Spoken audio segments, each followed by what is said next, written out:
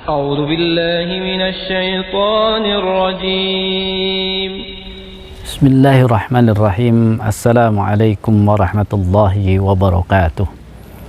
الحمد لله رب العالمين والصلاة والسلام على أشرف الأنبياء والمرسلين سيدنا محمد وعلى آله وصحبه أجمعين. أما بعد. قال تعالى يا أيها الذين آمنوا اتقوا الله حق تقاته ولا تموتن إلا وأنتم مسلمون. Jamaah sekalian rahimakumullah, kita bersyukur karena sudah melewati 10 hari di Ramadan ini kita melaksanakan puasa, yang tentu kita harus mengevaluasi di 10 hari yang pertama ini bagaimana dengan apa yang sudah saya sampaikan sebelumnya tentang sahur. Apakah beribadahnya cukup, apakah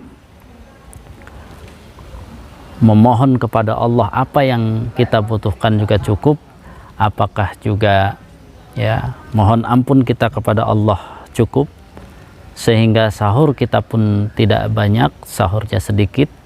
Kemudian dari sahur itu kita hanya mengharapkan keberkahan dari Allah Subhanahu wa Ta'ala, dari makanan yang terbaik, makanan yang menyehatkan kita. Kita tidak lagi sahur dengan banyak-banyak makan, banyak-banyak minum, perbanyak air putih, yang tentu ini harus kita evaluasi, termasuk ketika bangun malam kan sudah apalagi semuanya di rumah, kemudian banyak waktu untuk bersama Al-Quran, paling tidak qiyamul lail, sebagaimana di dalam keterangan hadis bahwa dibolehkan kita untuk membaca mushaf, baik dengan cara baca mushaf seperti ini, kemudian nanti kita pegang, kita taruh, atau kita membawa meja kemudian ditaruh di meja seperti itu, kita bergeser ketika mau membaca, kemudian bergeser lagi ketika kita mau ruku dan sujud. Maka ini semua harus benar-benar kita maksimalkan, sehingga kalau bisa dalam satu malam kita bisa qiyamul lail, mungkin bisa 1 juz kita. Kemudian setelah itu kita banyak mohon ampun menjelang waktu subuh, setelah kita melakukan sahur yang dengan makanan yang terbaik. Nah, dari sini juga kita menginginkan bahwa tahun ini karena kita banyak diam di rumah, mudah-mudahan bacaan Al-Quran juga kita itu lebih banyak lagi.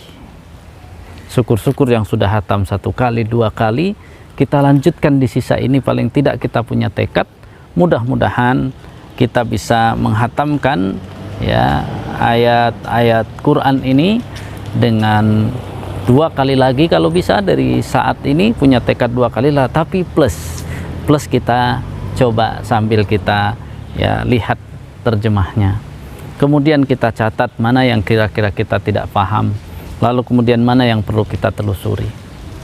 Salah satu contoh beberapa hal yang kadang-kadang orang menjelaskan Al-Quran ini dengan tergesa-gesa.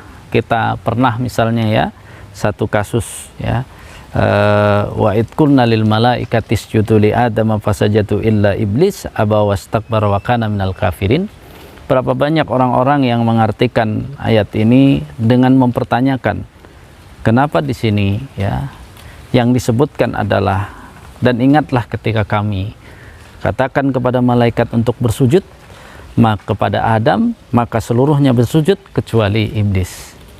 Bagi orang-orang yang pahamnya hanya bahasa Indonesia, atau pahamnya hanya ayat ini saja, atau baru ketemu ayat ini saja, maka tentu ini menjadi gambaran bagi kita bahwa apakah iblis itu dari malaikat.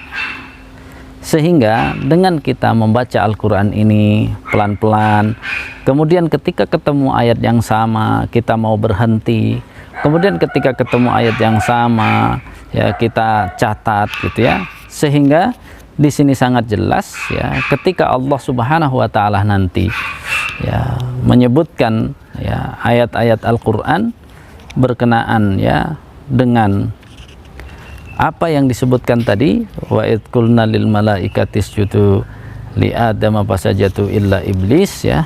Ini nantinya akan ya kita temui lagi, ya. Nanti kita akan dapati lagi bahwa siapa itu iblis, ya. Sehingga kita tidak menjadi orang-orang yang tergesa-gesa mengatakan bahwa iblis itu ya dari bangsa ya malaikat. Ini kan menunjukkan kita nanti akan ya benar-benar menjadi ya orang akan bertanya, ini di mana belajar Al-Qur'annya, ya.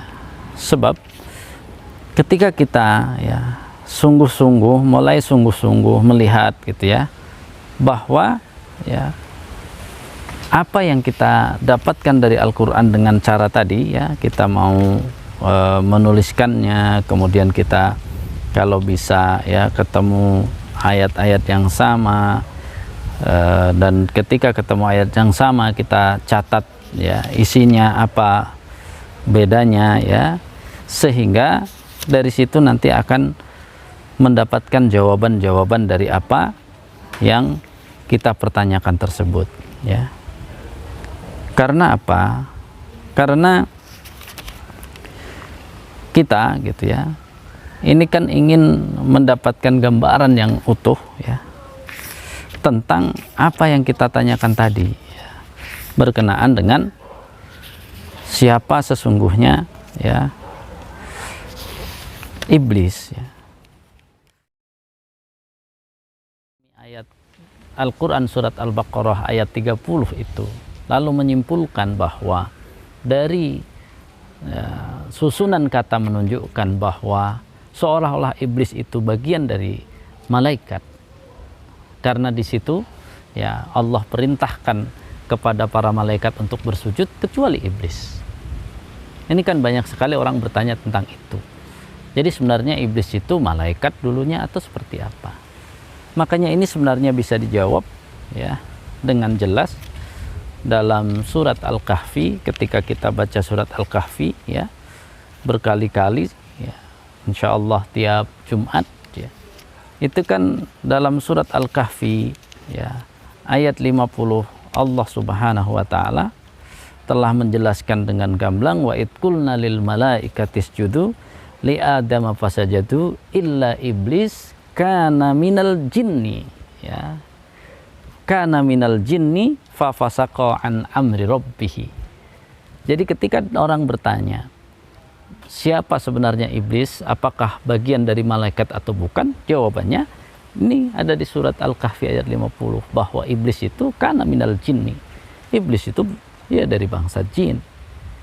Artinya kenapa di surat Al-Kahfi disebut jinnya, kemudian kenapa nanti di surat Al-Baqarah ya tidak disebutkan jinnya? Ini merupakan tambahan ilmu bagi kita bahwa salah satunya penjelasan-penjelasan Al-Quran itu mengikuti kaedah-kaedah yang sudah diteliti oleh ulama, sampai ulama mengatakan bahwa dalam ayat-ayat Al-Quran ada tema-tema besar yang harus kita buka, yang harus kita miliki kitabnya, yang harus kita baca, sehingga kita benar-benar memahami bahwa jangan tergesa-gesa ya. Kalau dulu Rasulullah ya disuruh ya tidak tergesa-gesa di dalam Al-Quran itu ya, maka kita untuk kita saat ini jangan tergesa-gesa.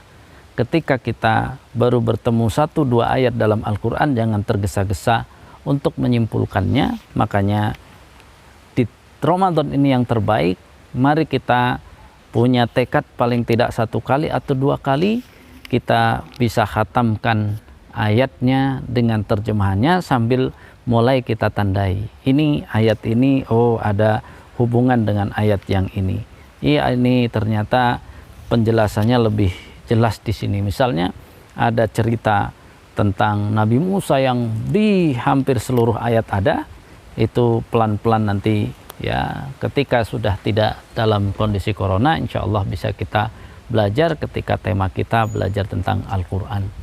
Karena itu sekali lagi bahwa dengan adanya pembatasan ini saya yakin ya kegiatan kita banyak di rumah. Saya pun ya mayoritas kegiatan di rumah, tidak keluar mengisi acara kemana-mana, sehingga ada keinginan ya seperti saya ini setelah ya target 2 kali khatam, maka ke depan saya ingin 2 kali khatam tapi dengan ada baca terjemahnya sampai akhir, sehingga kita bisa mendapatkan gambaran secara global dulu keutuhan Al-Quran, sehingga kita tidak mudah terjebak dengan pertanyaan-pertanyaan orang fasik yang akan menyesatkan kita. Jangan lupa juga bahwa Rasulullah Shallallahu Alaihi Wasallam yang kita contoh ini di bulan Ramadan juga lebih banyak ya, di samping menyedikitkan makan, di samping memperbanyak ibadah, memperbanyak ilmu, kemudian juga tadi ya mohon ampun kepada Allah, berdoa. Saya selalu ingatkan, kita juga insya Allah juga akan ya banyak membantu orang lain, mungkin bisa lebih banyak di bulan Ramadan ini dari bulan-bulan yang lalu. Jadi ini yang saya berikan pesan kepada jamaah semuanya, bahwa kita ini di bulan Ramadan ini sudah masuk kepada 10 yang kedua. Mari kita berjuang lebih hebat lagi, sehingga nanti di 10 hari terakhir kita juga akan memberi semangat. Walaupun secara global saya katakan iktikaf di rumah itu pasti tidak ada, karena bahasa Al-Quran adalah ya wa antum aqifuna fil masajid.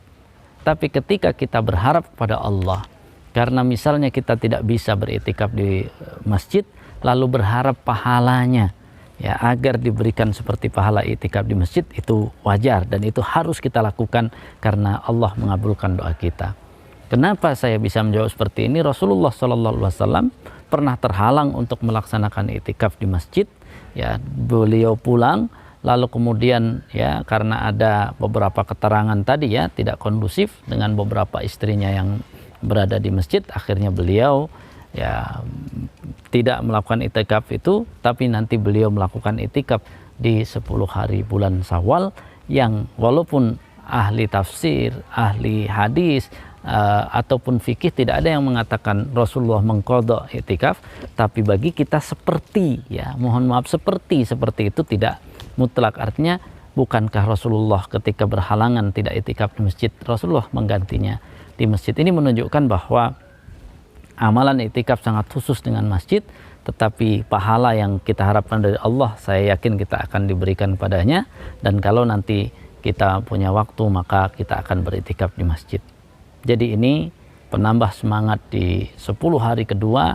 Coba evaluasi lagi amalan-amalan kita, evaluasi lagi kebaikan-kebaikan kita kepada sesama manusia.